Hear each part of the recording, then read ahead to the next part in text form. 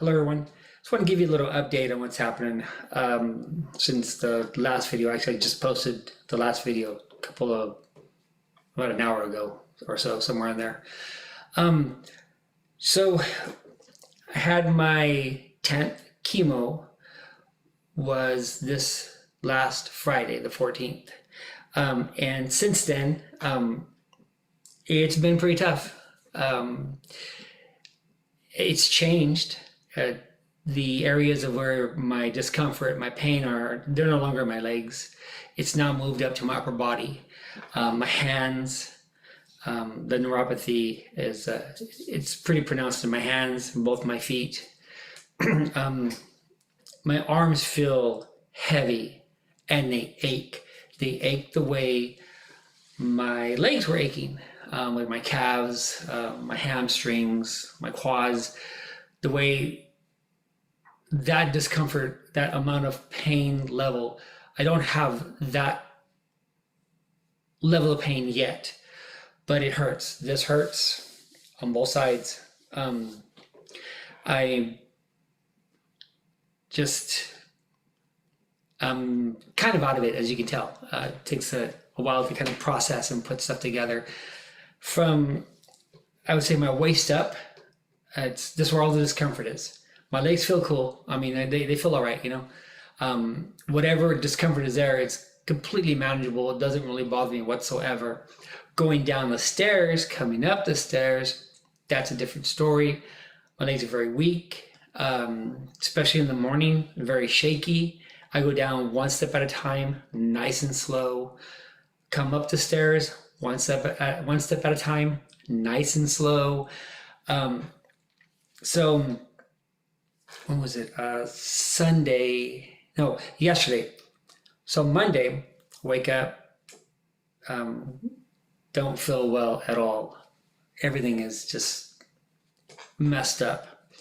And I was doing my best to make the best out of everything, right? So I get up, I try to go through my normal routine, brush my teeth, get myself my coffee, make myself something to eat, try to do something downstairs, maybe clean up a little bit, water the front yard, that kind of stuff, you know, take care of the plants a little bit. Margaret takes care of the backyard plants. I take care of the front yard plants, and the grass. She takes care of some potted plants that she has in the front, you know. And, you know, we just that's kind of my morning routine.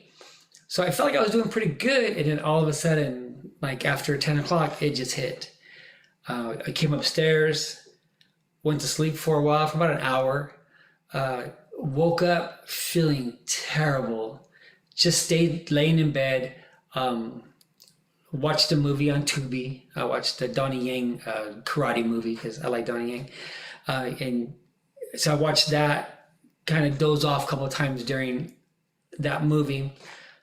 Just finally made myself get up, went and took a shower, went back downstairs. It was tough. And so I was hoping that today was going to be different. Woke up this morning, a lot more energy than I'd had yesterday, but still really not feeling great. Made myself food, some hash browns, eggs, ate. I felt really good eating. But it's just, I'm out of it now. Everything just aches from my waist up, everything aches. My skin is very, very tender on the back. I know this is probably not what's happening, but it feels like what is happening, okay? I know that the chemo basically attacks everything, right? Well, now I know from the doctor's reports and the PET scan, I have a little bit of cancer left in this area, right? To me, it feels like all of the chemo is attacking all of this part of my body, like it's attacking the cancer. I don't know if that's right. I haven't researched that, haven't looked into that to see if I'm actually saying something that's correct, but it just feels that way because everything is so like targeted in this area. And it's tough. It's really tough. So I have the medication they gave me for the neuropathy that I spoke about in the last video that I just posted. That is working. I can take it during the day if I tolerate it well at night. Well, I am tolerating it well at night because I'm asleep. It knocks me out, right? I don't want to be asleep all day. I want to do something. I want to be awake. But it looks like I'm going to end up having to take that medication during the day. So I'm going to do my best to stay awake and keep myself motivated. Because it does help my hands. That medication does. It works great on the pain, and it does actually lessen the discomfort of the neuropathy. But as far as like having a clear head, it puts me in a fog. I don't like that sensation, but I think that's the road I'm going to have to go down for a while, you know. So I have a lab appointment on Thursday. They'll draw the blood I need to draw, and then we'll see where my numbers are. And then next week, which would be the 28th, Friday the 28th would be my 11th chemo session. And then I have 2 more weeks after that. So I'm looking at, I'll go through the calendar real fast. We're looking at the 11th being my last day of chemo. Now that's if everything goes great. That's if the doctor, because we're going to have a doctor's appointment coming up, I believe, the next week. So not this week, but next Tuesday, I believe, I have a doctor's appointment. And we'll be talking about the neuropathy. So, you know, she may postpone it again, depending on the severity of the neuropathy. She may end up taking the other medication away and bringing back the medication that I'm not taking right now to see if that helps the neuropathy. Have no idea. When we get done with that appointment, then I'll be doing an update and let you guys know, hey, what's going on. But today's a tough day. You know, yesterday was worse. Probably should have done the video then so that you could have seen exactly how out of it I pretty much was for about a third of the day, maybe a little more than a third of the day. I was not in a good place. Just, you know, trying to get this behind me.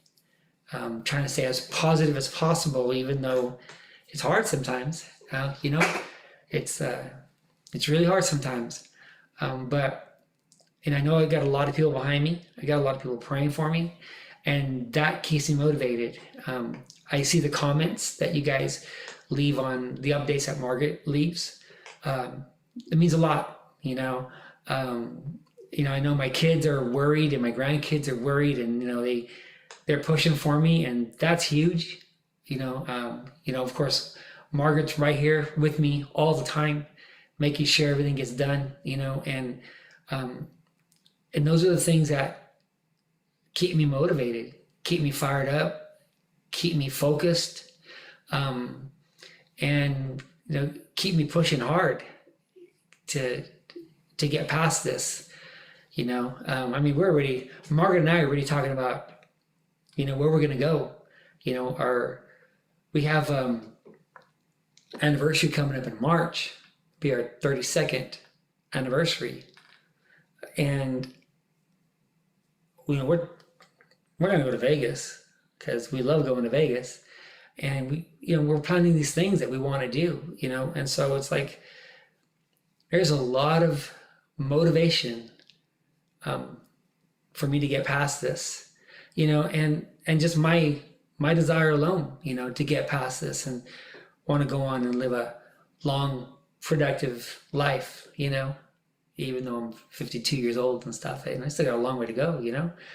I got a lot of stuff to do still. We got a lot of stuff to do still, Margaret and I and the girls and the grandkids. So looking forward to all that stuff, right? So thank you guys for watching.